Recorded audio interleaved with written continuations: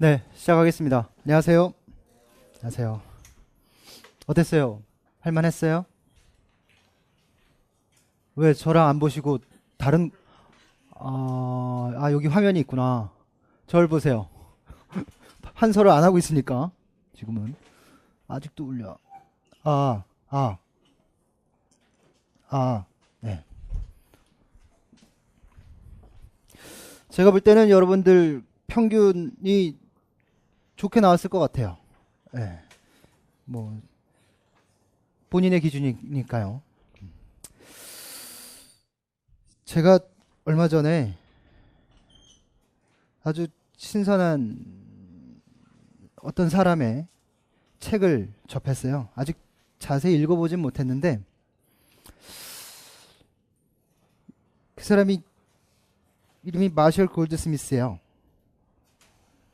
무슨 책이냐면 제목이 트리거라는 책이에요. 트리거가 뭐냐면 이제 총 방아쇠 격발한다 뭐 이런 뜻이거든요. 그래서 내 인생의 삶을 어떻게 변화시킬 것인가, 그 출발점을 어떻게 강력하게 총을 쏘도 그리 변화시킬 것인가, 그런 내용인데요. 이 사람이 강의를 한대요. 강의를 하는데 1회 강의료가 얼마냐면 2억 5천만 원이래요. 한 번 강의를 들을 때.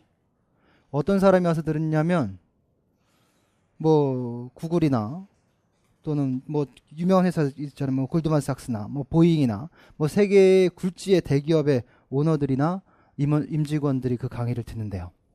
물론 그 많은 사람들이 해서 이렇게 그 돈을 내겠죠. 2억 5천만 원을. 근데 그 사람들이 듣는 강의가 굉장히 뭔가 가치로울 것 같지 않습니까? 2억 5천만 원씩이나 내고 하니까. 그래서 아마도 생각하기에는, 제가 생각할 때는 그 기업의 어떤 전략과 기업의 어떤 성공, 이런 것들을 좀 다루는 그런 내용일 것이다 라고 생각을 했는데, 강의의 내용은 그냥 삶의 소소한 것들을 바꾸는 거예요. 뭐냐면 금연하거나 뭐 아침에 조깅을 하거나 이런 거예요. 그런 거 어떻게 할 것이냐, 이걸 가지고 얘기를 하는 거예요.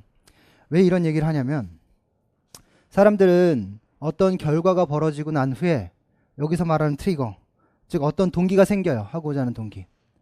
여러분들이 임용시험에 합격하고 싶잖아요.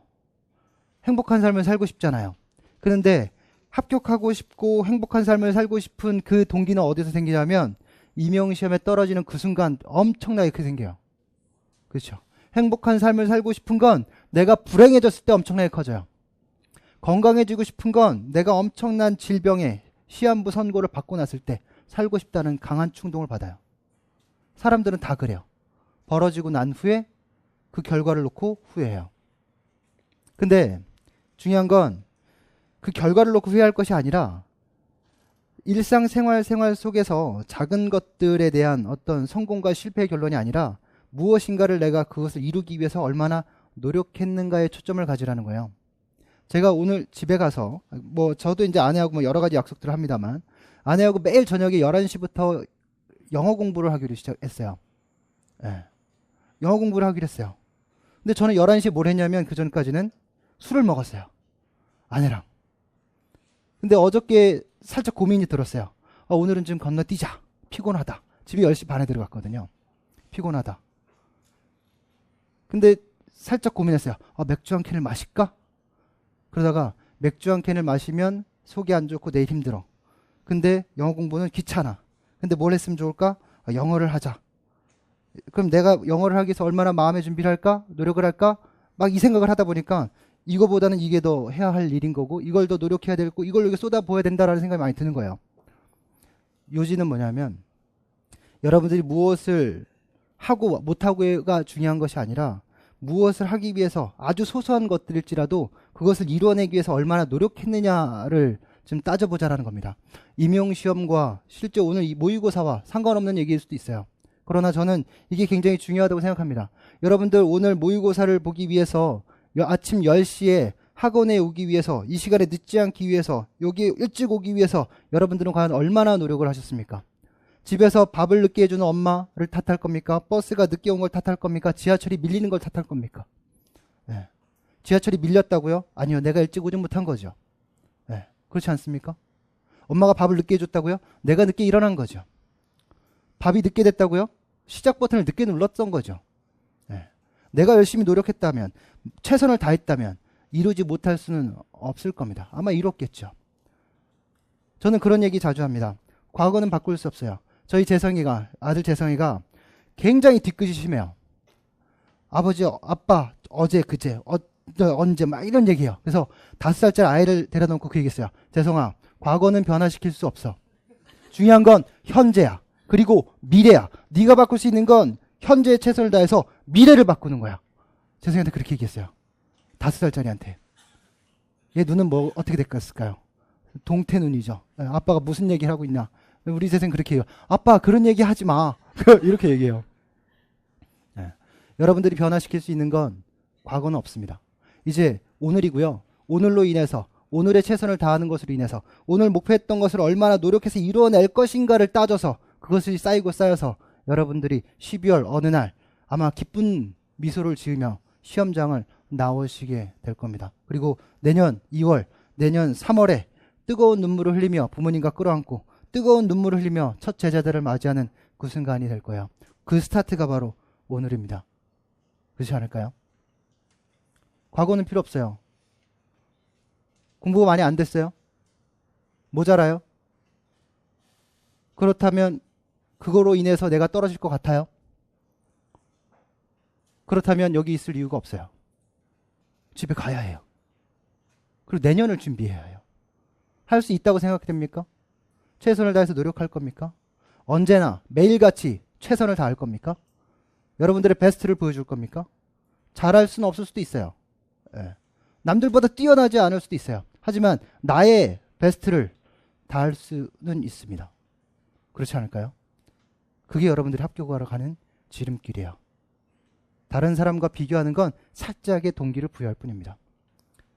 그래서 소개시켜드리고 싶었어요. 여러분들을 살짝 자극시켜주고 싶었고 여러분들의 심장에 총으로 구멍을 내고 싶었어요. 네, 백지영 씨의 노래처럼요. 네, 뭐 여기까지만 하겠습니다. 문제 바로 볼게요.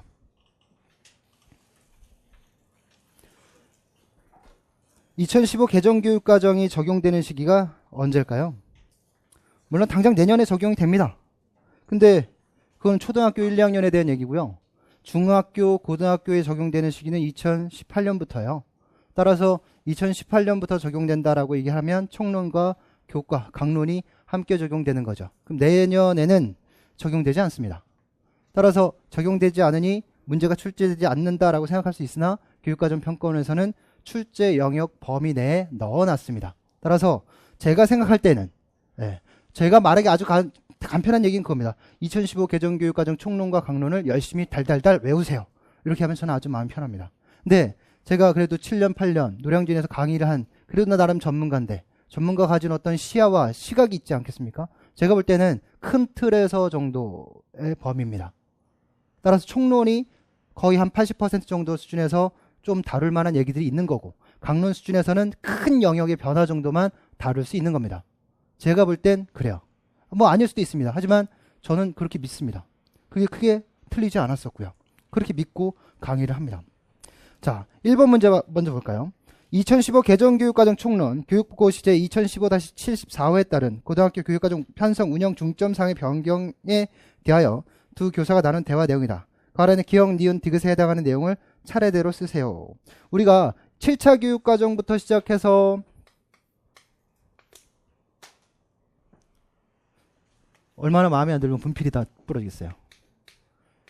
7차 교육과정부터 시작해서 2007 개정교육과정으로 넘어가면 전체적인 어떤 전면 개정에서 수시 부분 개정 체제로 넘어간다 그랬어요. 그래서 2007년부터 우리 2009년, 2011년, 아이고 2011년, 2011년, 2012년, 2013년, 2014년, 2015년 계속해서 교육과정 변화가 나타났죠. 큰 틀의 변화는 언제? 2007년에, 2009년에, 2011년에, 또 2015년에 이렇게 큰 변화가 나타났습니다. 뭘 큰 변화라고 얘기했냐면 2007년에 총론과 강론이 7차 교육과정에서 큰 체제로 변화됐죠. 신체활동 가치체제의 어떤 변화들 살짝만 언급하는 겁니다. 2009년에 변화가 있었어요. 무슨 변화가? 총론 수준에서의 변화가 있었죠. 문제는 뭐가 안 나왔다는 거예요? 교과서가 안 나왔다는 겁니다. 강론이 변화가 안 됐다는 거죠. 그것이 2011년에 나오게 되는 것이고요. 그리고 2015년에 또 전체적인 또 개정이 있게 됩니다. 그러니까 중요한 것은 이전의 것의 내용들을 굉장히 뒤집는다라기보다는 큰 틀에서 변화되는 과정이기 때문에 2015 개정을 좀 다룬다라고 얘기한다면 가장 핵심적인 것은 뭐냐면 핵심 역량에 대한 거예요.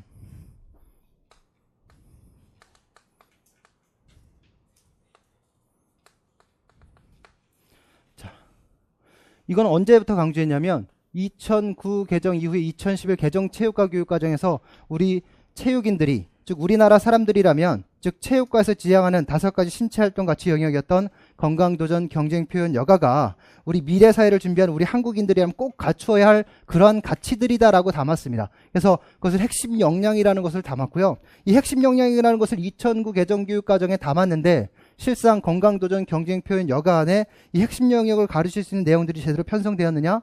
그렇지 못했던 거예요. 말만 그냥 크게 우리 핵심 역량이야. 이게 우리의 코어야 라고 얘기하고 있으면서 제대로 다루지 못하고 있었던 겁니다. 그래서 그것을 다룹시다. 그걸 넣어놓읍시다. 그래서 2015년에 그것을 이제 구체화시키려고 노력하는 거죠. 특히 2015년의 교육과정의 큰 변화는 뭐냐면 2014년 몇 월이에요? 그때가 4월 16일 날 있었던 세월호 침몰이죠. 세월호 사건으로 인해서 단원고 학생들이 한 300여 명 학생들이 수장됐지 않습니까? 안타까운 목숨들을 잃게 됐는데 거기서 중요했던 것이 우리 건강보다는 어떤 것들이 더 중요하다는 얘기들이에요. 안전이라는 것이 굉장히 중요했단 말이에요. 그래서 대영역을 건강, 도전, 경쟁, 표현, 여가라는 틀에서 건강은 그대로 유지되되 건강의 하위 영역이었던 무엇을? 안전을 대영역화시킨 거예요. 여가 활동이 과연 대영역화 될 수 있느냐? 그건 크게 의미가 없다. 이것을 어디에? 건강의 하위 영역으로 넣은 겁니다. 그리고 도전, 경쟁, 표현, 안전이라는 영역 체계를 바꾸게 돼요. 내용 체제도 마찬가지. 우리 대영역, 중영역, 내용 요소 이렇게 편성이 됐던 것이 영역에 중요한 핵심 개념을 넣습니다. 핵심 개념을 넣고 이 핵심 개념 안에 우리 체육과에서 추구해야 할 핵심 역량의 4가지를 녹여놓게 되죠. 그래서 핵심 역량이 우리 추구해야 할 4가지, 체육과에서 추구해야 할 핵심 역량 4가지, 이건 꼭 외워두라고 말씀드렸어요. 뭐가 있을까요? 뭘 관리하라고요? 건강을 관리하라고요. 또 신체를 어떻게 하라고요? 수련하라고요. 또 경기를 수행하라고요. 경기 수행 능력이겠죠. 그 다음에 신체를 어떻게 하라고요? 표현하라고요. 요 4가지 핵심 역량들이 담겨져서 이런 것들을 가르치라고 얘기하고 있습니다. 근데 제가 벌써 나오자마자 비판하는 건 좀 그런데요. 실제로 이 4가지 핵심 역량을 강조한다면 이 4가지 핵심 역량들이 우리 건강도전, 경쟁, 표현, 여가를 추구하는 어떤 목표 진술에 잘 녹아 있어야 된다란 말이죠. 근데 거기에서는 주로 얘기하고 있는 게 어떤 건강과 표현과 신체 수행에 대한 얘기만 하고 있어요. 그러니까 신체 수련은 도전이라는 가치 영역에 살짝 녹여서 표현하고 있을 뿐 그 의미가 상대적으로 부각되지 않게 지금 표현되고 있다는 게 조금 안타까운 것일 뿐입니다. 그리고 2015 개정교육과정에서 또 달라지는 것은 책이 많이 달라졌죠. 그래서 뭐가 없어졌어요? 우리 기본 과목, 일반 과목, 심화 과목 이것들의 어떤 구분 체계가 사라지죠. 그러면서 일반계 고등학교의 일반 선택 과목과 진로 선택 과목을 놓습니다. 그래서 일반 선택 과목이 2가지가 뭐예요? 체육하고 운동과 건강이죠. 그 다음에 진로 선택 과목에서는 스포츠 생활과 체육 탐구 이렇게 놓습니다. 그 다음에 이제 체육 계열 그 전문 교과를 다룰 때는 전문 교과에 우리 기존에 우리가 알고 있었던 스포츠 개론과 체육과 진로 탐구 이런 내용들이 담겨지게 되는 거죠. 그런 정도는 여러분들이 암기를 하고 있어 주셔야 하는 내용들입니다. 좀 읽어볼게요. 정교사가 박 선생님 2015년 발표된 2015 개정 교육과정 총론에 따라 일반 고등학교, 자율고등학교를 포함해서 교육과정 편성 운영 중점상을 보셨나요? 그럼요. 교과 이수단위 180단위 중 총 몇 단위예요? 총 이수단위는 204단위죠. 그럼 나머지 24단위는 뭐예요? 창의적 체험활동 단위가 되겠죠. 그럼 180단위면 교과 이수단위가 180단위니까 이 중에서 무엇과 무엇으로 나눠지는 거예요? 교과 이수단위에 필수 이수단위하고 선택 이수단위로 나눠지는 거죠. 선택 이수단위는 뭐예요? 학교 자율과정에 해당되는 얘기였습니다. 그래서 필수 이수단위가 몇 단위에서 변경되었더군요. 이렇게 얘기하고 있어요. 아직 잘 모르겠어요. 2009년에는 필수 이수단위 몇 단위였어요? 필수 이수단위가 2009년에는 116단위였었어요. 선택 이수단위는 뭐 180단위니까 몇이에요? 64단위였단 말이에요. 그러면서 2009 개정 나오고 2011 나오고 2012 나오고 넘어가면서 2012년에도 마찬가지 116단위 64단위 그대로 이어져 옵니다. 그러면서 2013년에 개정이 되죠. 그 2013년에 필수 이수단위가 몇 단위로?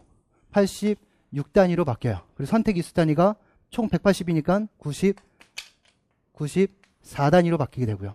2015년에 와서 필수 이수단위가 94단위가 되고 선택 이수단위가 86단위 이렇게 변경되게 됩니다. 그래서 2015년에 필수 이수단위 몇 단위? 94단위가 되는 거예요. 이렇게 바뀌었어요. 그 다음에 그럼 뭐야? 여기서 우리가 좀 염두에 둬야 될 건 2013년에 가서 필수 이수단위를 86단위로 하고 선택 이수 학교 자율과정을 94단위로 했어요. 그럼 뭐예요? 이게 무슨 말이에요? 필수는 제한된 거고 선택은 자율인데 자율을 굉장히 높이 주었단 말이에요. 그러니까 학교 교육과정 편성 운영의 어떤 탄력성과 어떤 융통성 이런 거 굉장히 좋아졌지 않겠습니까? 그렇죠? 굉장히 좋아졌죠? 굉장히 좋아지면서 기본 이수단위가 몇 단위죠? 5단위였단 말이에요. 5단위에 플러스 마이너스 3단위 범위 내에서 일감 과목을 증감 운영할 수 있도록 해놨어요. 근데 이렇게 되면 뭐야? 어디에다 다 늘려주겠어요? 이전에 2009년에서부터 2012년 개정교육과정까지는 일반 과목에 대한 기본 이수단위가 몇 단위? 5단위에서 플러스 마이너스 1단위 범위 내에서만 증감 운영할 수 있도록 해놨거든요. 근데 2013년에 가가지고 플러스 마이너스 3단위 범위 증감 운영을 하라라고 얘기하면 어디로 몰린다라는 거예요? 어디로 몰린다는 거예요? 기초교과로 몰린다는 거 아니에요? 그걸 언제 알았어요? 이거 해보고 났더니 다 알았던 거예요. 그럼 이렇게 자율성을 줄 테니까 기초교과로 많이 몰릴 거 아니냐? 그러니까 이거를 뭐해서 총 이수단위에서 몇 퍼센트를 넘어서지 못하도록 50%를 넘어서지 못하도록 제한을 뒀다라는 겁니다. 그리고 생활교양 영역에 대한 어떤 그 범위에 대한 조정을 또 가능하게 하기도 했고요. 근데 2015년에 가게 되면 이제 공통과목이라는 것이 있고요. 공통과목 이후에 또 일반 선택 과목 있고 진로 선택 과목 있고 여러 가지 어떤 체육계열 고등학교에서 가르치는 내용들이 있지 않겠습니까? 근데 여기에서는 2015년에 가면 공통과목에 대한 공통과목은 주어진 이수 단위에서 몇 단위? 2단위를 마이너스, 즉 감하여 편성할 수 있도록 해놨어요. 그리고 일반 과목에 대한 부분들에 대해서는 5단위 플러스 마이너스 2단위 범위 내에서 증감 운영할 수 있도록 했고, 그러니까 공통 과목이죠. 일반 과목 같은 경우는 5단위 플러스 마이너스 2단위 범위 내에서 증감을, 또 어떤 과목이 있을까요? 생활교양 과목, 교양과 진로 선택 과목이 되겠죠. 교양이라든가 진로 선택 같은 경우는 5단위에 플러스 마이너스 3단위 범위 내에서 증감 운영이 가능하도록 하고 있어요. 그래서 공통 과목에 대한 감하여 편성할 수 있다는 부분들을 무심코 넘겼을 것 같아서 한 번쯤 강조하고 싶어서 넣은 겁니다. 그래서 정교사가 다시 맞아요. 거기에 더해 학교는 교육과정을 보통교과 중심으로 편성하되 필요에 따라 전문교과의 과목을 개설할 수 있도록 하였죠. 특히 이번 개정교육과정에서는 공통과목은 2단위 범위 내에서 어떻게, 그러니까 보면 지금 여기서는 자료를 갖고 있지 않지만 여러분들 2015 개정교육과정 총론에 보면 과목 편성이 돼 있고요. 주어진 과목 필수 이수단위 10단위에서 가로 열고 8단위 이렇게 해놨어요. 이 얘기는 필수 이수단위는 10단위지만 8단위까지 감하여 가르칠 수 있다는 얘기입니다. 그 다음에 박교사가 아까 어떤 선생님 플러스 마이너스 5단위 범위 내에서 증감 운영할 수 있지 않나요? 이런 얘기를 했었어요. 근데 기본 이수단위가 5단위인데 5단위짜리 만약에 수업이 있다라면 마이너스 5단위를 하게 되면 그 과목은 안 가르쳐도 된다는 얘기지 않겠습니까? 그건 좀 상식적으로 좀 생각을 해보면 이건 말이 안 되는 얘기구나 이렇게 생각할 수도 있죠. 박 교사가 그래서 편성을 운영할 수 있도록 하고 보통 교과의 교양 과목을 제외한 일반 선택 과목은 2단위 범위 내에서 증감하여 편성 운영할 수 있도록 하였죠. 그리고 교양 과목과 진로 선택 과목은 몇 단위 범위 내에서 3단위 범위 내에서 증감하여 편성 운영할 수 있도록 하고 있습니다. 라고 했어요. 그래서 학교의 어떤 자율적인 권한을 좀 줄이긴 했지만 그래도 어떤 융통성 있는 그 탄력 있는 교육과정을 운영할 수 있는 어떤 범위 정도는 충분히 유지하고 있다라는 겁니다. 그 다음에 2번 문제예요. 그래서 기억은 94단위고요. 니은은 감, 디귿은 3입니다. 하나 틀리면 전부 다 맞으면 2점이고요. 하나 틀리면 1.5점. 하나만 맞으면 1점 이렇게 주겠습니다. 다 틀리면 0점. 그러니까 어떤 것이 상관없이 하나 틀릴 때마다 0.5점씩 감점하시고 다 틀리면 0점입니다. 채점을 한번 해보세요. 답지에다가 여러분들이 점수를 기입하셔도 됩니다. 연필로 하셔도 되고요. 두 번째, 다음은 2015 개정 체육과 교육과정의 변화에 대하여 김 교사와 박 교사가 나눈 대화이다. 가란의 기억, 니은에 해당하는 내용을 차례대로 쓰세요. 라고 하고 있어요. 자, 여기서 제가 말씀드리고자 한 게 뭘까요? 우리 2015 개정 교육과정에서 제일 중요한 게 뭘까요? 여기 딱 보면 제일 중요한 게 뭐예요? 요거 새로 생겼다. 요거 아니겠습니까? 그 다음에 요거 핵심 역량, 요거 중요하다라는 거 아니겠어요? 그 다음에 어떤 체육계열 전문교과에 대한 어떤 변화, 이런 것들이 가장 중요한 내용입니다. 그래서 고등학교 전문교과에 대한 어떤 변화 내용까지 여기서 좀 언급을 하고 있어요. 김 교사가 박 선생님 이번에 개정된 2015 개정 체육과 교육까지 추구하고 있는 것은 무엇인가요? 2015 개정 교육까지 추구하고 있는 게 뭡니까? 이게 대영역이 제일 중요한 거 아니겠어요? 그 중에 뭐가 바뀌었어요? 대영역의 안전이란 영역이 새로 신설되어서 독립되어져서 대영역화 됐단 말이에요. 그동안 중역이 있었던 것들이 굉장히 중요한 내용이겠죠. 2015 개정 체육과 교육과정에서는 기존의 체육과 교육과정의 기본만 유지하는 맥락에서 국가 사회적인 요가, 학생의 발달적 특성 및 체육교육의 동향을 반영하는 부분적인 개정이라 할 수 있습니다. 다만 일선 학교 현장에서의 의견과 요구사항을 적극 수렴하여 기존 교육과정에서는 다르게 실천활동 영역을 재구성하였다. 특히 역량 중심의 교육 요소 및 건강활동의 본질성을 강화하고 어떤 교육이 실효성을 높일 수 있는 것에 주력하여 개정이 이루어졌다. 세월호 사건 이후로 무엇이 굉장히 중요했기 때문에 2015 개정 교육과정에서 무엇을 대영역화한 거예요? 2015 무엇을 실효성 있게 가르치라는 얘기예요? 안전을 실효성 있게 가르치라는 겁니다. 그래서 안전에 대한 강조를 2번, 3번, 4번 해도 부족하지 않은 부분이고요. 김 교사가 그렇군요. 고등학교 전문교과 체육계열 과목에도 큰 변화가 있던데요. 자, 고등학교 전문교과 체육계열 과목 여기서 보면 박 교사가 2007년 개정 교육과정의 가장 큰 변화는 공통필수 및 선택 과목과 전공 선택 과목을 구분하고 있다라고 얘기하고 있어요. 과거에 어땠어요?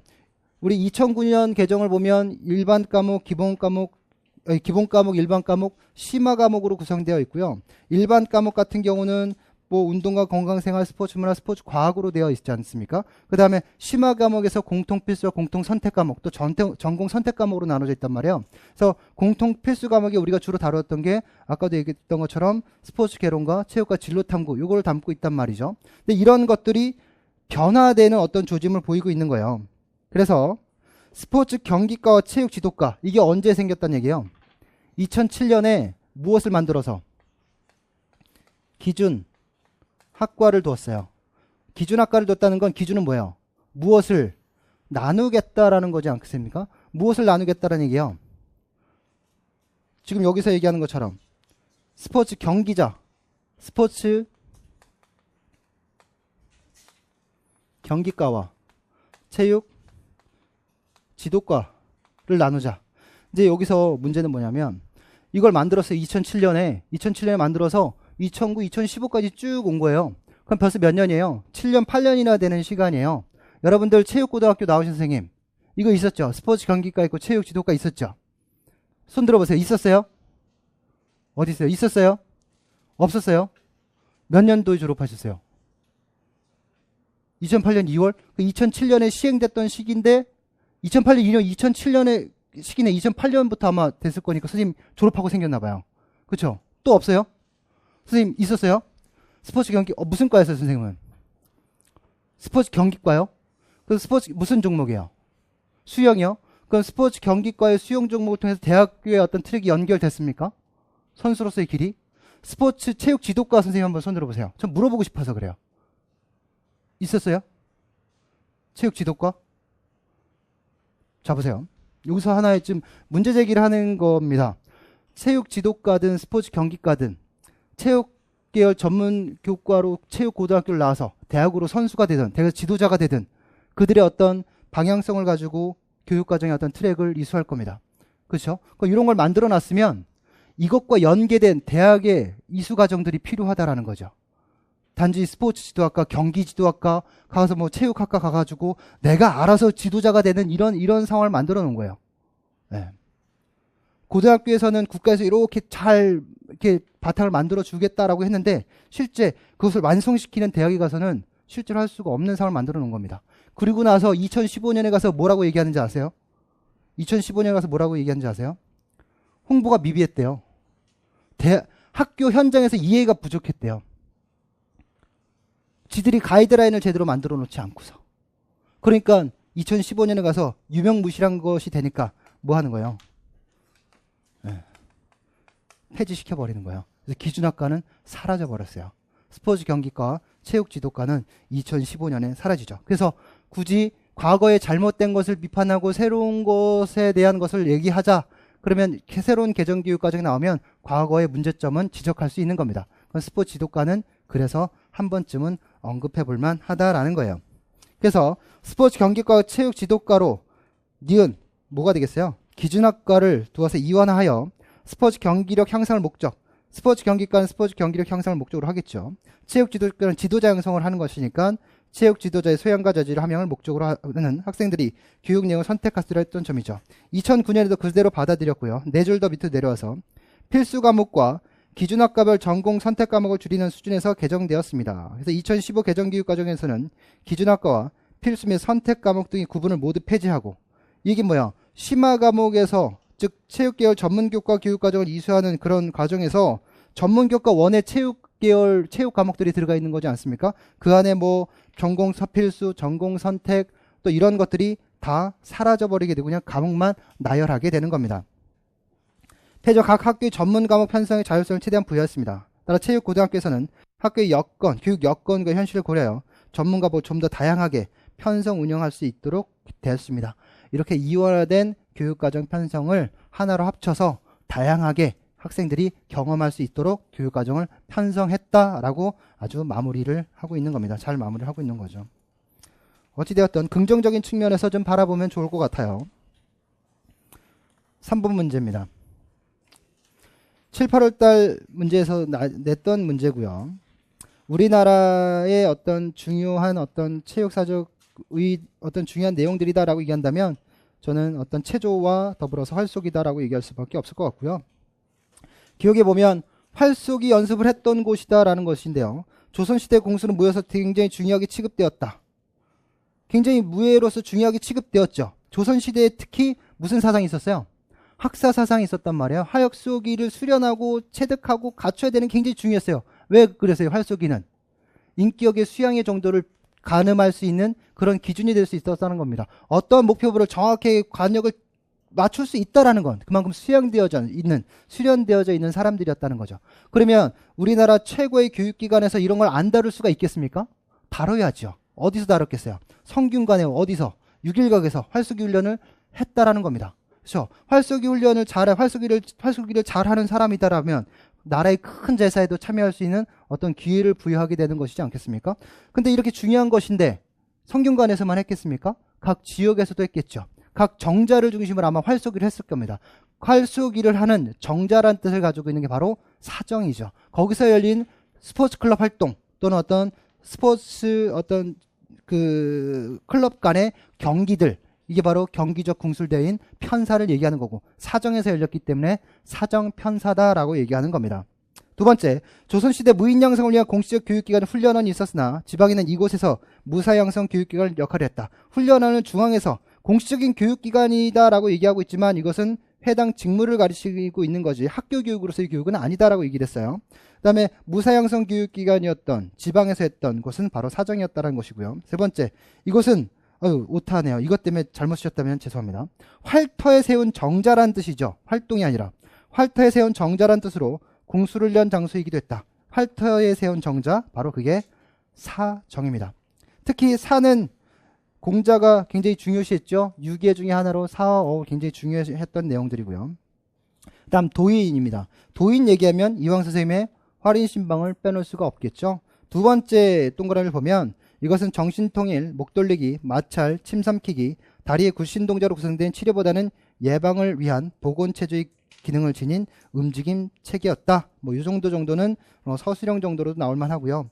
특히 세 번째, 이황 선생님 도가에게 의사인 활인신발고야 이것을 실시했다라는 것, 이게 중요한 내용이죠. 여러분들 다 잘 알고 있는 내용이고, 이황 선생님 하면 또 떠올라야 될 게 투호에 대한 정의죠. 개념적 정의죠. 투호는 무엇을 배우는, 덕을 배우고 경을 배우는 그런 하나의 스포츠다라고 얘기를 했습니다. 뭐 그 정도만 얘기해도 충분할 것 같아요. 4번에 기출문제로 나왔던 부분이기도 하고요. 그 다음에 어떤 우리 19세기 어떤 상업주의 스포츠가 도래하게 되면서 우리 프로페셔널리즘이 어떤 발전하게 되는 그 시기에 대한 것들, 이런 것들도 우리가 중요하게 다뤄야 한다라고 늘 얘기를 했었어요. 문제를 보면 다음은 상업주의에 따른 스포츠 목적의 변화에 대한 정교사의 수업 자료다. 가라는 기억 니은에 해당하는 내용을 차례대로 쓰세요 라고 했어요. 여기 한번 봅시다. 여기 지금 19세기에 대한 얘기를 하고 있어요. 19세기의 어떤 산업혁명 이후에 어떤 스포츠가 과거 19세기 이전의 시대보다 뭐가 되고 있다고 그랬어요? 상업화되고 있습니다. 돈을 굉장히 중요시하는 시기겠죠. 늘 어떤 계급과 어떤 계급이 공존했겠습니까? 상류, 귀족들이 있었겠고요. 하급계층, 뭐 노동자 계층이다라고 얘기할까요? 이들이 있었겠죠. 17, 16, 17, 18세기 이때만 하더라도 상류 계층들이 중요시다라는 건 뭐야? 스포츠에 있어서. 그들의 이데올로기는 뭐였습니까?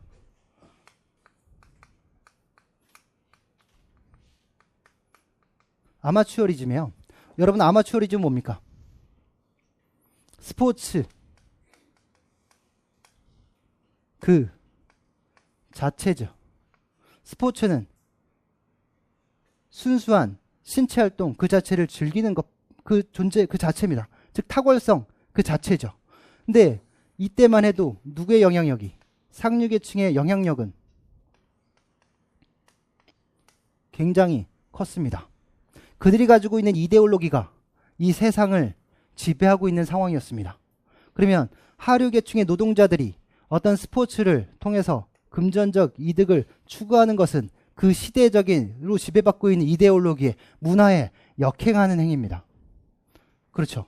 그러니까 이들은 돈을 받고 하는 것은 어디서 양성적으로 할 수가 없었던 거예요. 숨어서 해야 되는 거고, 그랬다면 죄진 것 같은 그런 느낌이 들 수밖에 없었던 겁니다. 근데 상업주의 스포츠, 상업화, 급속히 산업혁명과 들어 상업화가 이루어집니다. 하류계층의 노동자들, 중간에 어떤 새로운 어떤 중산계층이 만들어지게 되고요.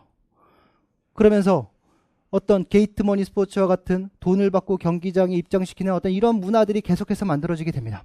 그러면 그런 문화 속에서 하류계층들이 스포츠를 통해서 돈을 받는 것은 나쁘다라고 얘기하기보단 어쩔 수 없는 것이고 이것은 필요한 것이다라고 받아들일 수 있는 사회 문화가 만들어지게 되는 거죠. 이들의 문화가 점점 더 커지게 됩니다. 그러니까 이들이 상류계층들이 가지고 있었던 아마추어리즘은 이들이 가지고 있는 프로페셔널 리즘 입장에서 바라보게 된다라면 어떤 걸까요? 우리는 당장 먹고 살기도 힘들어서 스포츠를 통해서 돈을 추구하는 것은 정당한 것이다라고 얘기하고 있어요. 근데 이들은 스포츠를 통해서 돈을 추구하는 것은 바람직하지 못한 거야. 수치스러운 일이야라고 얘기하고 있습니다. 근데 스포츠를 통해서 돈을 추구하지 않는 사람들, 이 사람들은 이미 뭐가 많은 사람들이에요?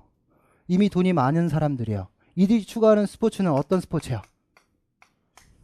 사치스러움이다라고 부정적인 인식으로 바라볼 수밖에 없는 거죠. 그러니까 이 시기에 이 계급에 있는 귀족 계층들과 하류 계층들에 있는 사람들과 갈등은 심화될 수밖에 없는 겁니다. 이런 어떤 변화의 축이죠. 근데 이제 현대에 들어와서는 프로페셔널리즘이다라고 하면 전문 직업주의고 어떤 굉장히 어떤 책임감 있고 어떤 그 뭐라 그럴까요? 자기 일에 대한 어떤 프라이드를 갖고 있는 그런 모습으로 비춰지게 되는 거고, 아마추어리즘이다라고 얘기하면 순수 스포츠라는 표현으로 쓰기도 하지만 또 다른 표현은 아직 좀 부족하던 듯한 그런 느낌으로 통용되기도 하지요.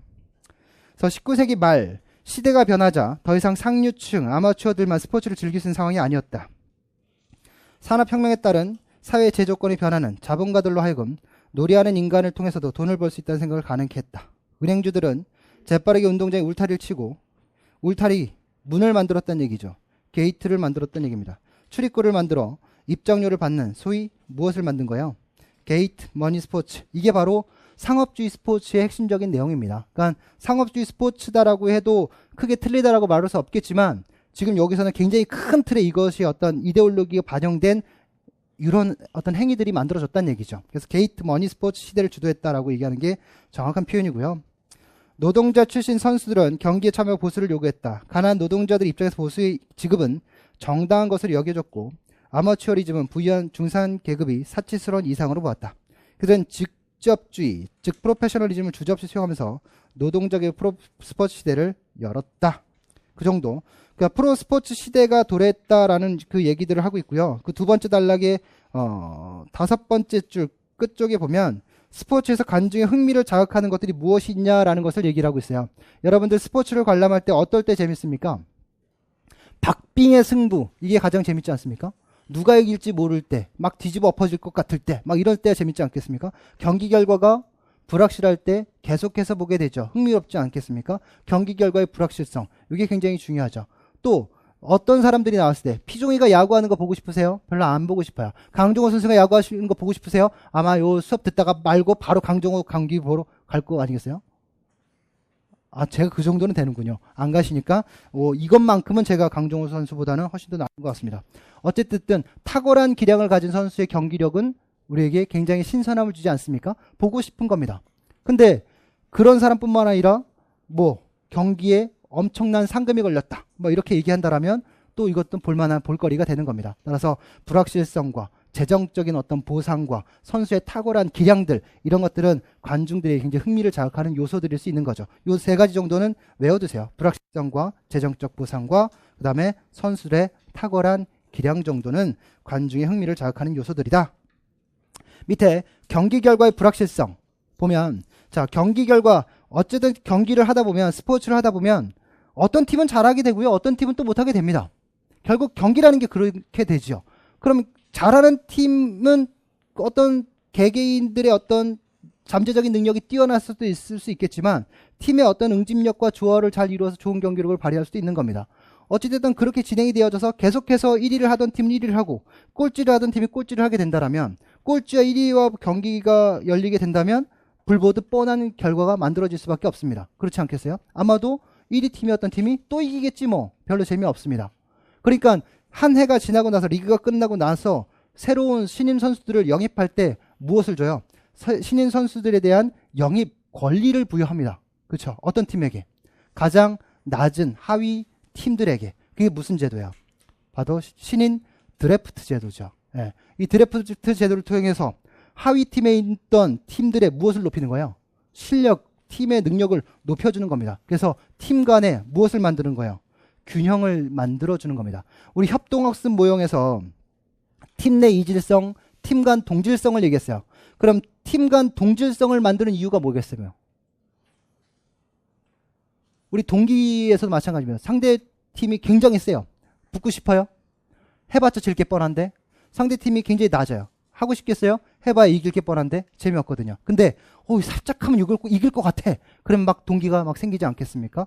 그런 겁니다. 공정한 경쟁과 동기유발을 위해서 우리가 팀 간 균형 있는 어떤 수준을 맞추는 그런 팀을 구성하게 되는 거죠. 거기에 누가 관여하라는 얘기예요? 선생님들이 직접 관여하라는 얘기입니다. 그래서 기억은 뭐예요? 게이트 머니에 대한 얘기고요. 니은은 드래프트 또는 드래프트 제도, 뭐 신인 선수 선발권, 뭐 이렇게 해도 뭐 크게 문제될 건 없을 것 같습니다.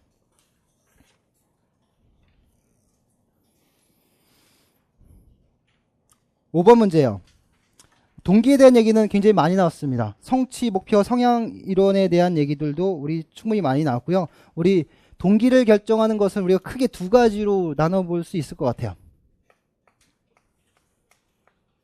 여러분들이 하고자 하는 마음은 누구로부터? 어떤 개인적인 성향으로부터 나올 수도 있는 거고, 어떤 환경적 구조에 의해서도 만들어질 수 있는 겁니다. 그러면 개인적인 성향이다. 여러분들, 내가 이번에 모의고사 1회에서 꼴찌를 받는다. 선생님, 꼴찌했어요. 어떤 기분이 들까요? 더 열심히 해야 되겠다. 아주 제 원하는 대답을 하셨습니다. 선생님, 꼴찌를 했습니다. 조금 생각하신다면 다른 반대쪽의 얘기를 좀 하셔야 되겠죠. 근데 자존심이 허락을 하지 않겠죠. 술을 마실 겁니다. 예. 개인적인 성향, 아마도 내가 꼴찌를 했기 때문에 아마 그러진 않겠죠. 예, 그런 성향은 아닐 텐데, 비교 준거를 나로 잡을 것이냐 타인으로 잡을 것이냐, 이건 여러분들 너무 잘 알고 있는 얘기입니다. 예. 술을 마시는 사람이더라면 어떤 성향인 사람이에요? 자기 성향의 사람이었죠. 열심히 노력하겠다라고 얘기한다면 어떤 사람이에요? 과제 성향의 사람일 겁니다. 자기 성향의 사람은 누굴 비교한다 그랬어요?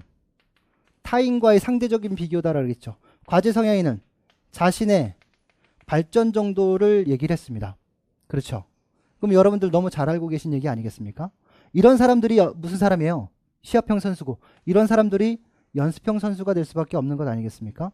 이런 사람들이 더 열심히 노력하는 사람들이고, 이런 사람들은 그냥 그럭저럭 그렇게 하는 사람들이 되겠죠. 근데 개인이 가지고 있는 성향들, 여러 성향들이 있겠지만 이런 성향이면 보다 낫지 않을까, 이런 겁니다. 근데 이런 성향들은 어디서도 만들어질 수 있다는 거예요. 외부 환경에서도 만들어줄 수 있다라는 거죠. 그 환경이 어떤 것을 중시하는 분위기면, 수행 중시 분위기라면 이런 분위기는 어떤 분위기와? 자기 성향인의 사람과 어울리는 분위기다라는 얘기입니다. 숙달 중시 분위기다라고 얘기한다면 이것은 과제 성향인의 사람들과 어울리는 분위기다라는 거죠. 그럼 수행 중시 분위기에서 중요하겠다는 건 뭐예요? 아까도 얘기했던 것처럼 수행 중시나 자기 성향인의 사람들은 무엇을 중시해요? 사회적 비교를 중시합니다. 잘했어도 다른 사람보다 못했다면 의미가 없는 겁니다. 못했어도 다른 사람보다 잘했으면 되는 겁니다. 이들의 분위기는 이렇죠.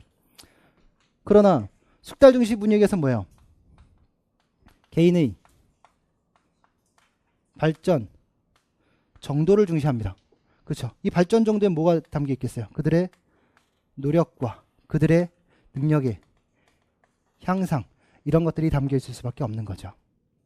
사회적 비교가 강조되고 있으니 이런 분위기에서는 어떤 것이, 학생들과 서로 경쟁하는 분위기가 되겠지만 이런 것에는 어떤 분위기? 서로 협력하는 분위기가 만들어질 수 있는 겁니다. 우리가 여기 분위기가 특히 중요한 것은 학생들 개인의 성향이 쉽게 바뀌어지지 않는 겁니다. 그들의 성격은. 그러나 그들의 자아가 완성되지 않았다면, 청소년들, 어린이들이라면 자아가 완성되지 않은 아이들이 자기 성향인의 모습을 보인다면, 이 아이를 과제 성향인의 모습으로 바꿔주려면 그들을 어떤 환경에 노출시키면 되는 겁니까? 숙달을 중시하는 그런 환경적 구조에 노출시키게 되면 그렇게 변화될 수 있다라는 겁니다.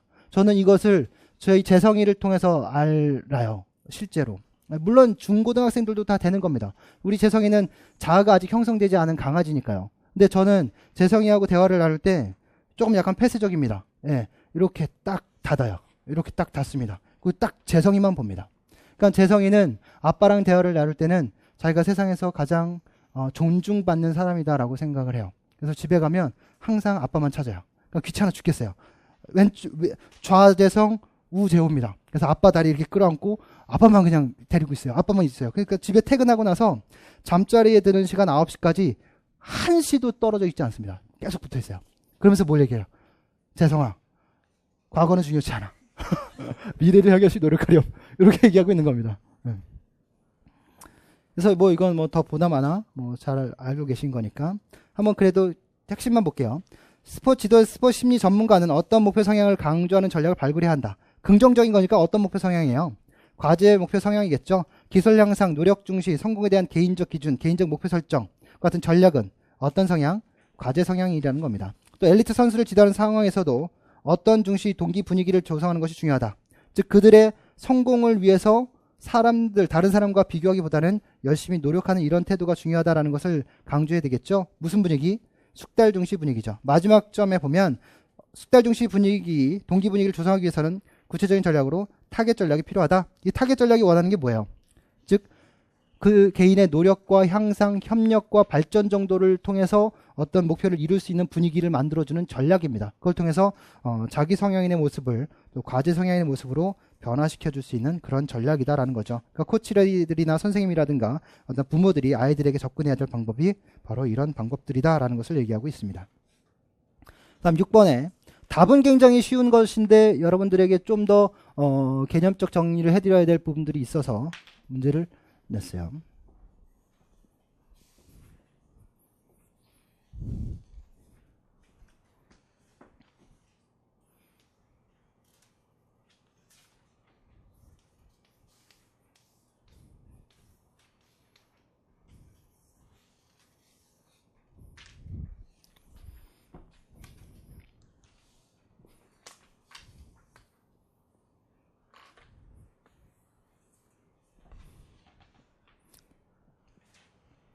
문제를 먼저 좀 볼까요? 자, 운동과 호흡기에 대한 교수학습 지도하는 일부다. 괄호는 기억 니은에 해당하는 내용을 차례대로 쓰세요. 1번은 폐조직의 역할. 폐조직은 공기와 신체 사이 가스 교환을 원활하게 이루어지도록 만들어 운동 중에 발생하는 산염기 균형을 조절하는 역할을 한다. 그러면 폐조직이 하게 될 역할은 뭐예요? 바깥에 있는 무엇을? 산소를 흡기를 통해서 받아들이고 폐 속에 있는 무엇을? 이산화탄소를 호기를 통해서 내뱉는 과정이지 않겠습니까?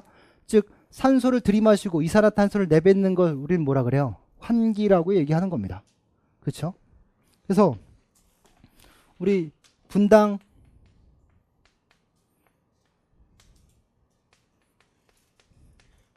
환기량은 어떻게 결정돼요? 1회 호흡량에 뭘 곱하는 겁니까? 분당 호흡수를 곱하는 거죠. 근데 1회 호흡량에는 두 가지 측면을 우리가 고려하지 않을 수가 없어요. 무엇을 고려해야 됩니까? 폐포 환기량과 무엇이 더해져 있다는 거예요? 사강 환기량이 더해져 있다는 거죠. 그럼 여기서 실질적인 가스 교환이 이루어지는 것은 폐포 환기량이죠. 사강 환기량은 가스 교환이 이루어지지 않는 호흡 경로에 남아있는 그런 산소라는 얘기입니다. 그러니까 우리가 실제적으로 산소를 들이마시고 조직으로 놓고 또 이산화탄소를 내뱉으려면 뭐가 중요하다는 얘기예요? 폐포 환기가 중요하다는 얘기입니다. 그렇죠?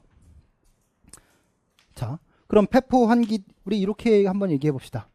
1회 호흡량과 호흡 분당 호흡수 분당 환기량을 분당 5리터라고 해보죠. 분당 5리터를 들이마십니다. 1회 호흡량이 분당 0.5리터예요. 해당. 호흡수가 10회입니다. 분당. 이런 사람이 있고요. 또 하나 어떤 사람 또 5리터의 산소를 들이마십니다. 근데 실제로 들이마신 1회 호흡량은 0.25리터 마시고 호흡수는 20회 분을 합니다. 사광환기량을 봤더니 사광환기량은 0.1리터다 라고 얘기를 한다면 여기서의 폐포환기량은 몇 리터겠어요? 0.4리터가 폐포환기량이 될 거고 여기는 0.15리터가 폐포환기량이 될 거예요. 그럼 실제로 얘는 폐포환기가 얼마나 이루어졌을까요? 몇 리터가? 아마 4리터, 분당 4리터의 폐포환기가 이루어졌을 거고 얘는 분당 몇 리터에? 0.15 곱하기 20회니까 몇이죠? 3인가요? 14 2 3리터네, 그죠? 예. 3리터 분당 3리터. 그러니까 동일한 분당 환기량을 보였지만 실제로 폐포 환기량은 누가 더 많은 거예요? 1회 홈량, 깊은 숨을 쉬는 사람이 폐포 환기량이 그만큼 더 많다라는 거고, 낮은 숨을 많이 쉬는 사람들은 폐포 환기, 가스 교환이 실질적으로 많이 이루어지지 못한다는 얘기입니다. 그렇죠? 이건 여러분들이 너무 잘 알고 계신 얘기고, 그러니까 사강 환기량이 그만큼 크면 안 된다는 얘기를 좀 하고 싶었던 얘기고요. 더 중요한 얘기는 운동을 하게 되면 조직에서 무엇을 사용하게 됩니까? 산소를 사용하게 될 거예요. 조직의 대사 과정을 통해서 무엇을 배출하게 됩니까? 이산화탄소를 배출하게 되겠죠. 그러면 운동을 하게 되면 조직에서는 그만큼 더 많은 양의 산소를 계속 공급받으려고 노력을 할 겁니다. 그렇지 않겠어요? 그렇지 않겠어요? 조직에 더 많은 산소를 공급할 수 있도록 하는 효과를 우리는 무슨 효과라 그래요? 기출문제 나왔던 것처럼 보효과라고 얘기합니다. 보효과는 어디에서 어디로? 지금 어디예요?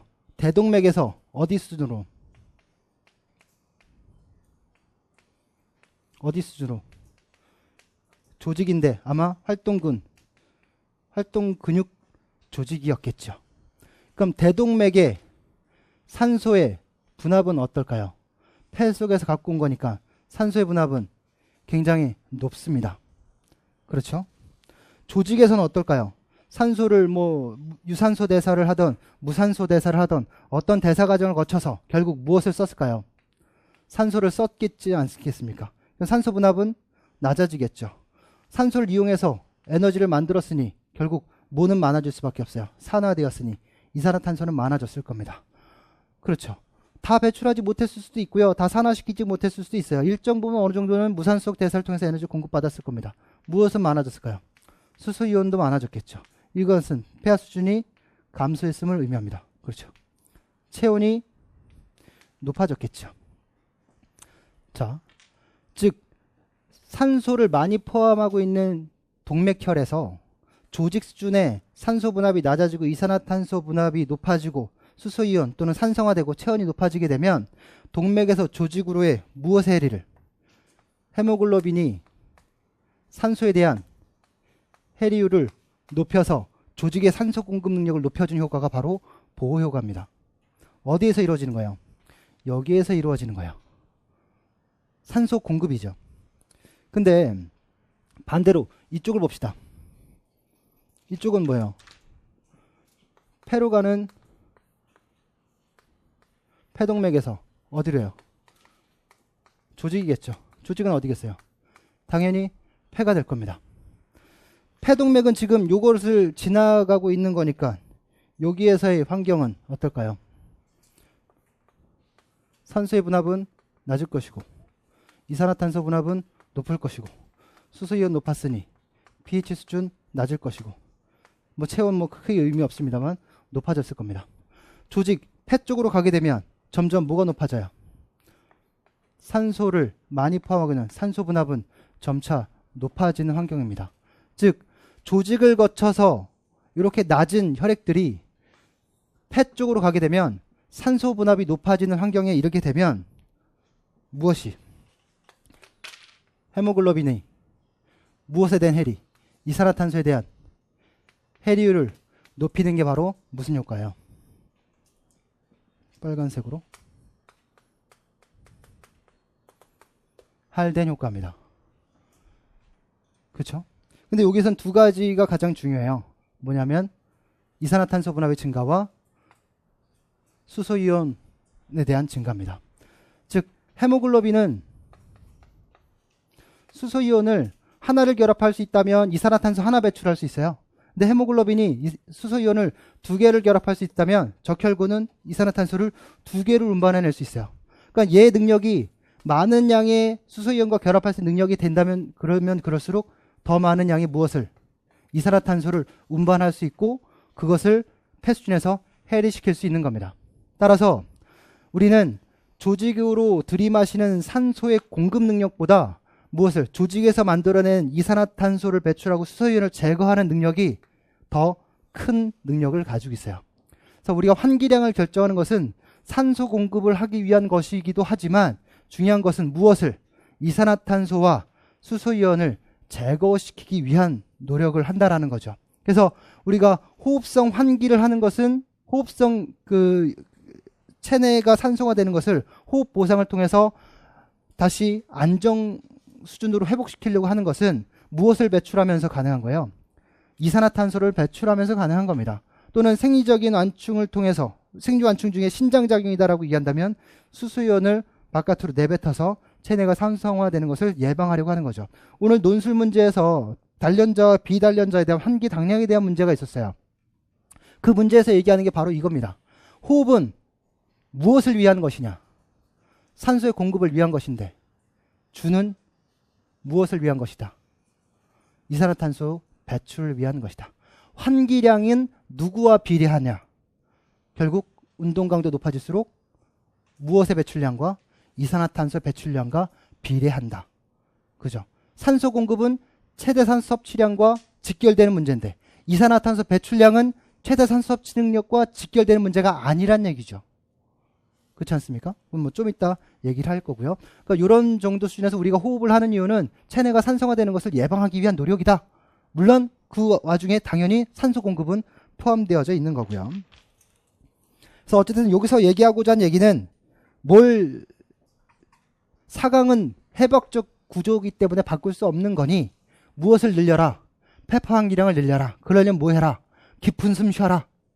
호흡수 늘리는 것보단 호흡을 깊게 하는 것이 더 중요하다. 이 얘기를 하고 있는 거죠.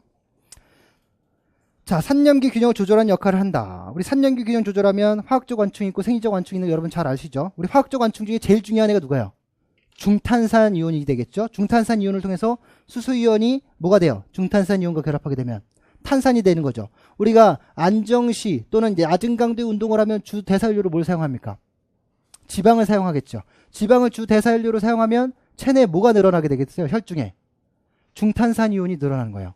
중탄산이온은 염기성 물질이에요. 그래서 우리가 안정시에 체내의 pH수는 약 7.4 정도로 유지되는 건 체내 중탄산이온이 산성화되는 것을 예방하고 있는 준비를 하고 있는 겁니다. 운동 강도가 점차 높아지면 뭐가 많이 배출되겠어요?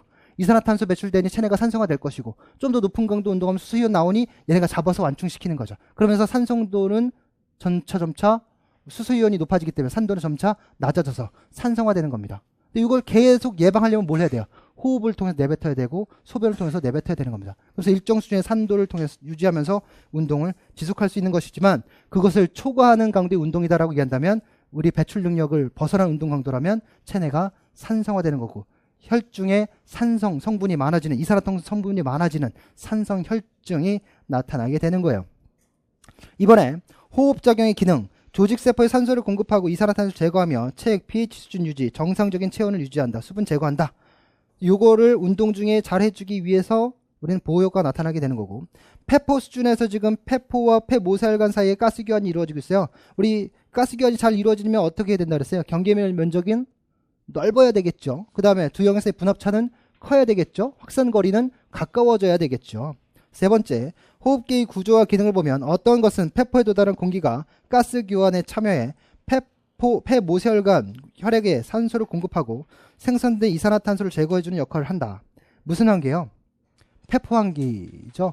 여러분들 폐포가 터지는 느낌을 받아보셨어요? 저는 폐포가 터지는 느낌을 받아봤어요. 뻑 하고 터져요. 살짝 따끔해요. 그러고 나서 숨이 확 막혀요. 그러니까 저는 왼쪽과 오른쪽 폐를 뭐 거짓말 좀 못해서 3분의 1씩 잘라냈어요. 거짓말 좀 못해서. 실제로 뭐 주먹 한 줌만큼 이렇게 잘라냈어요. 여기에 이제 헛박가리 폐포가 터져가지고 기흉이라고 그러죠. 그래서 양쪽을 다 제거했어요. 근데 뭐 어떤 의사는 절대 운동 못한다라고 얘기를 했고요. 어떤 의사는 터지면 또 오세요. 이렇게 얘기를 하더라고요. 그러니까 첫 번째 의사랑 얘기를 나눴을 땐 군대도 못 가고 아무것도 못 하겠거니 이렇게 이 삶을 포기하는 좌절에 못 이었는데 2주 후에 그 의사와 만나고 나서 터지면 또 와. 또 수술해 줄게. 그럼 괜찮아져. 그래서 그 용기를 얻고 지금 잘 살아가고 있습니다. 그 다음에 니은은 호흡 경로에 남아있으면서 가스기관에 참여해주는 공기를 지니고 있는 공간이다. 이게 뭐예요? 사강이죠. 뭐 해부학적 사강이라 해도 되고 사강이라고 해도 되고 뭐 사강 환기량이라고 얘기해도 됩니다. 그 밑에 얘기는 좀 전에 얘기했던 것처럼 짧은 숨을 쉬는 것보다는 깊은 숨을 쉬는 것이 폐포 환기에 유리하다 이 얘기를 하고 있는 거죠. 다음 7번에 자 7번의 문제를 여러분 보시면서 무엇을 생각하셨습니까? 한마디로 얘기한다면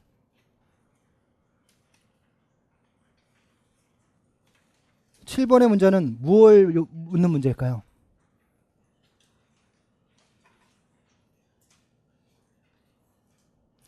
이게 과연 뭘 물어보는 문제일까요?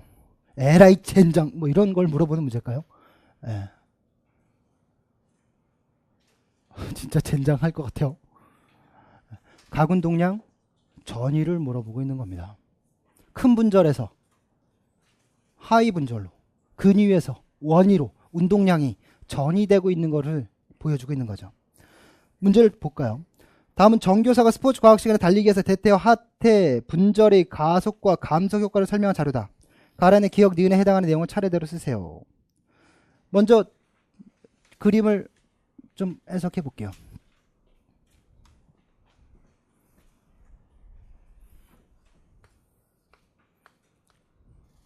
대퇴가 이렇게 연결되어져 있고요.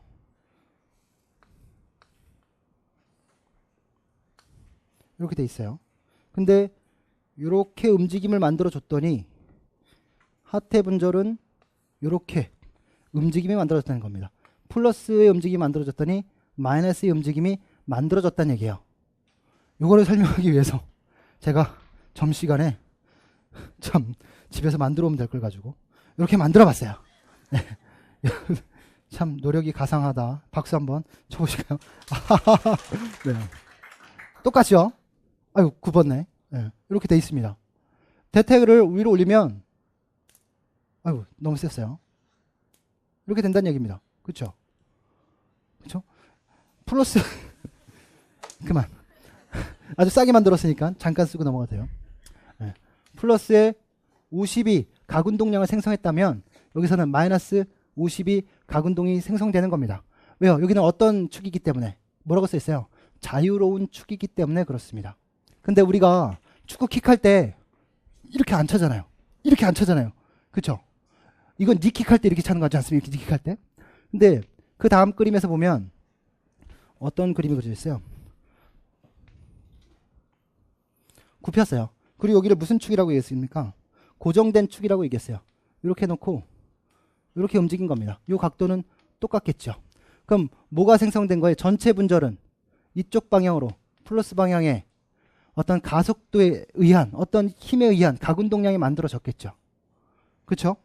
근데 이 그림에서 다음 그림으로 넘어갈 때 이렇게 표현하고 있어요. 이것이 이런 움직임에서 이런 움직임으로 이렇게 됐다라는 겁니다. 여기 어떤 힘에 의한 것에 의해서 밑에 쪽의 하위 분절의 슬관절 밑에 쪽 다리의 밑에 쪽 분절의 움직임이 만들어졌다는 거죠. 즉 뭐요? 그대로 있었으면 고정된 축에 의해서 그대로 움직여졌으면 전체 움직임이 이렇게 만들어졌을 텐데 그 움직임에 지금 어떤 분절로 만들어주게 되면 고정된 축에서 어떤 축으로 만들어주게 되면 자유로운 분절로 만들어주게 되면 즉 우리가 킥을 할 때 고정에서 왔다가 마지막에 풀어준다는 얘기입니다.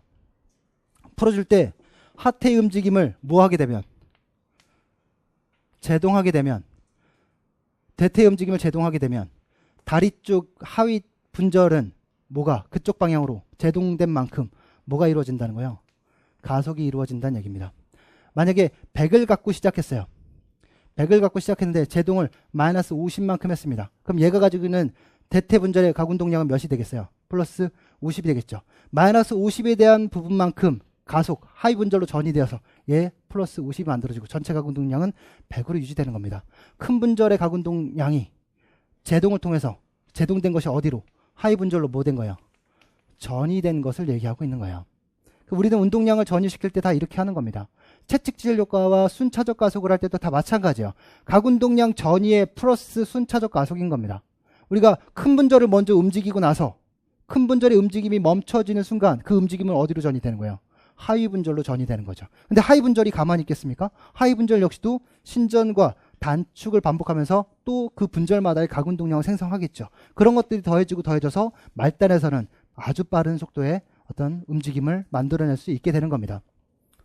그래서 그림 A와 같이 분절 A 대퇴와 분절 B가 각각 고관절과 슬관절에 고정되어 있다면 전체 개, 즉 하지에 가해진 토크는 개 전체를 위치 1로부터 위치 2지점으로 반시계 방향으로 가속을 일으키게 된다. 이때 그림 B와 같이 위치 2지점에서 분절 A의 각운동이 갑자기 어떻게 될 경우에 C와 같이 분절 B는 동일한 각운동 방향으로 각속도가 생겨나게 된다.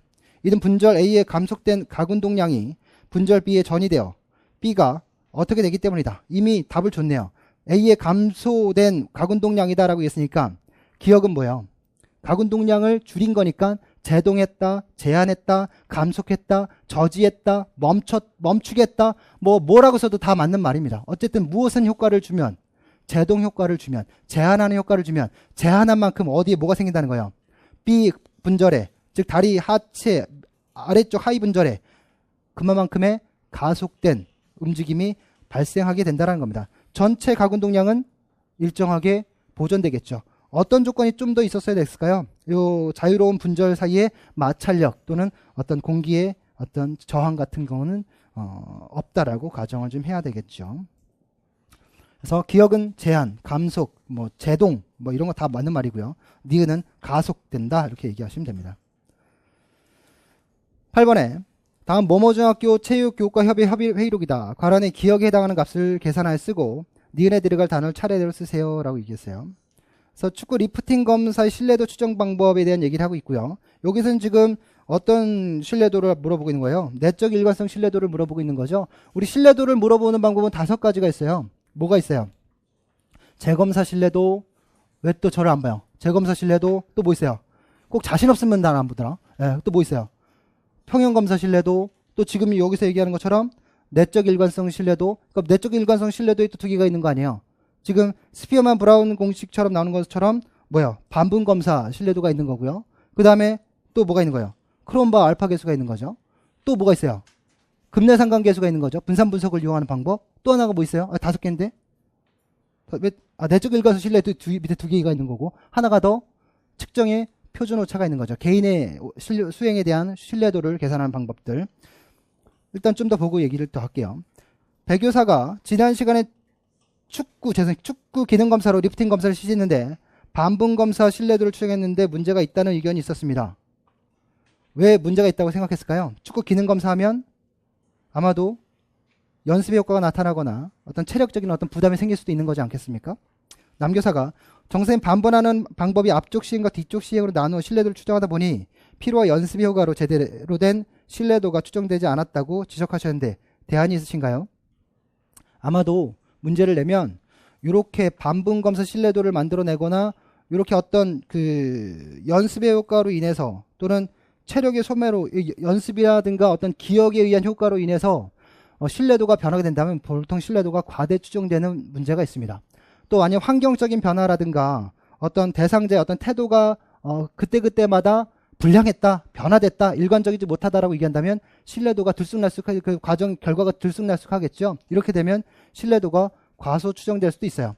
어쨌든 이런 것들을 좀 예방하자라고 이런 걸 하는 겁니다. 반분을 홀수 시행, 짝수 시행으로 하자. 전후로 나누지 말고 홀수 짝수로 나누자. 이런 것들이 대안으로 나올 수 있는 거니까 남교사의 어떤 주장을 여러분들이 잘 기억해 두시고요. 정교사가 홀수 시행과 짝수 시행으로 구분하여 신뢰도를 추정하게 된다면 필요와 연습 효과로 인한 문제를 해결할 수 있을 것이라고 생각합니다. 제가 반분검사 신뢰도의 계산 공식인 스피어만 브라운 공식을 바탕으로 신뢰도를 추정해 보겠습니다. 스피어만 브라운 공식이 뭐야? 반분검사 신뢰도는 전체 검사의 신뢰도는 1 마이너스 부분검사의 신뢰도에 2 곱하기 부분검사의 신뢰도입니다. 근데 여기서는 뭘 지금 계산 안 한 거예요? 반분하는 숫자를 함께 고려하지 않은 공식입니다. 그래서 반분하는 숫자를 함께 고려한 공식은 1 마이너스 n-1 부분검사의 신뢰도분의 n 곱하기 부분검사의 신뢰도죠. 그러니까 n은 반분하는 방법에 대한 얘기. 공식 써드려야 돼요.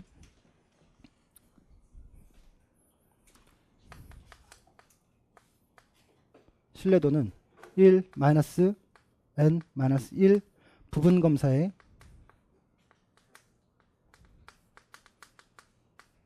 신뢰도분의 n 곱하기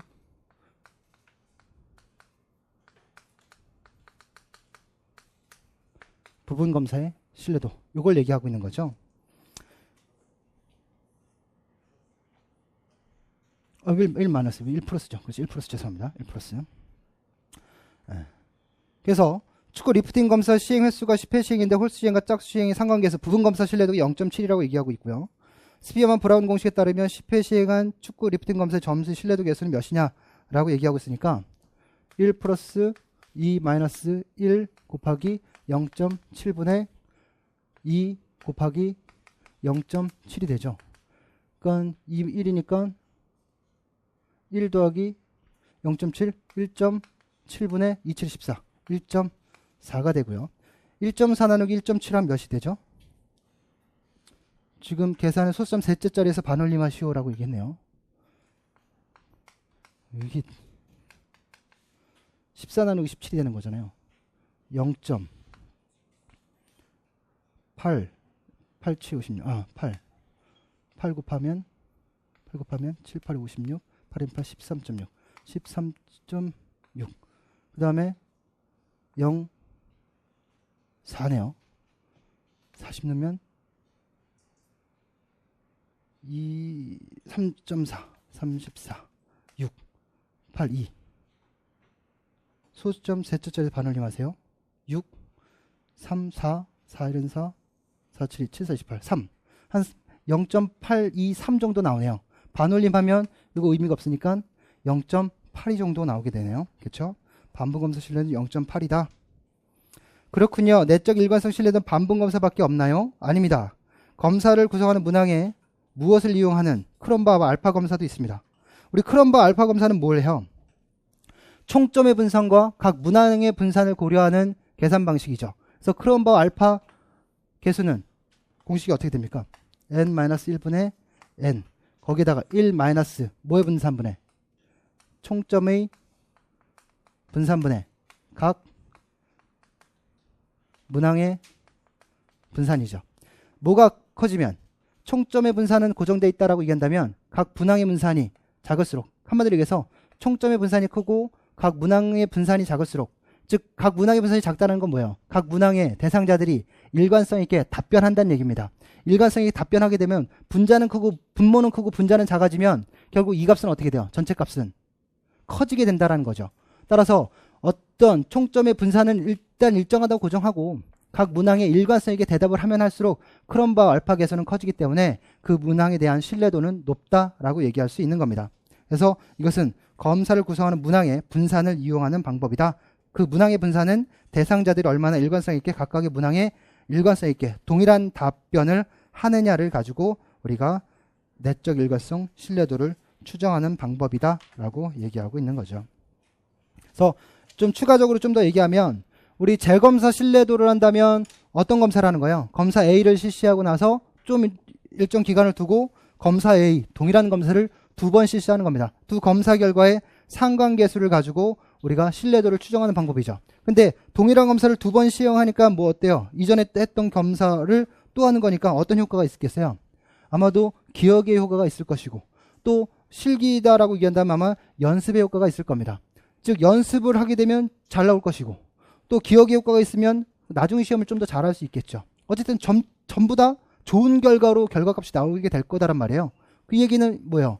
굉장히 일관성 있게 좋은 결과값이 나오게 되는 건 신뢰도가 과대 추정되는 문제가 있어요. 따라서 이런 것을 없애려면 기억과 연습 효과를 낮추기 위한 노력을 해야 되는 겁니다. 또 이런 결과가 있겠죠. 연습 검사 A를 실시할 때와 검사 또 지나고 나서 검사 A를 실시할 때 그때 환경이 달라질 수도 있어요. 뭐 비가 오는 날 했고 햇빛이 쨍쨍 내려지는 날 했고 또는 그때 기분이 좋은 날 했고 기분이 나쁜 날 했을 수도 있습니까? 환경이 다르거나 검사자의 태도가 달라지게 된다면 이때도 검사 결과는 달라질 수 있어요. 따라서 대상자에게 동일한 환경과 대상자의 동일한 태도가 요구되는 평가를 해야 신뢰도는 제대로 추정될 수 있는 겁니다. 근데 환경도 그때그때마다 다르고 대상자의 태도도 그때그때마다 다르다면 불규칙한 거잖아요. 이렇게 되면 신뢰도는 과소 추정될 수 있는 겁니다. 그러니까 이런 것들을 일관성 있게, 그래서 검사는 항상 동일한 검사가 나올 수 있도록 동일한 환경과 동일한 태도를 요구하는 그런 검사가 만들어져야 돼요. 하나만 더 합시다. 평형검사 신뢰도라고 얘기한다면 우리 고전 진점수 이론에서 꼭 두 가지를 고려했어야 됐어요. 무엇과 무엇이 똑같아야 됩니까? 한마디로 얘기하면 이렇게 얘기하면 평균과 표준 편차가 똑같은 겁니다. 그래서 진점수와 무엇이 그 점수 뭐라고 얘기를 하죠? 진점수와 오차점수의 분산이죠. 그러니까 이게 표준 편차니까 진점수와 오차점수 분산이 같을 때 두 검사는 또 다른 모양새를 갖고 있으나 실제로는 동일한 능력을 재는 평형 검사다라고 얘기할 수 있는 거죠. 그래서 이런 것들을 우리가 좀 얘기를 했었어요. 그래서 기평에서 여러분들이 맞추고 못 맞추고를 떠나서 이러한 문제들을 또 다룰 수 있는 것이니까 그 개념적인 정리가 잘 이루어지면 되는 거니까 맞췄다고 좋아할 것도 틀렸다고 실망할 것도 없는 겁니다. 아시겠죠? 네, 잠깐만 쉬었다 하겠습니다.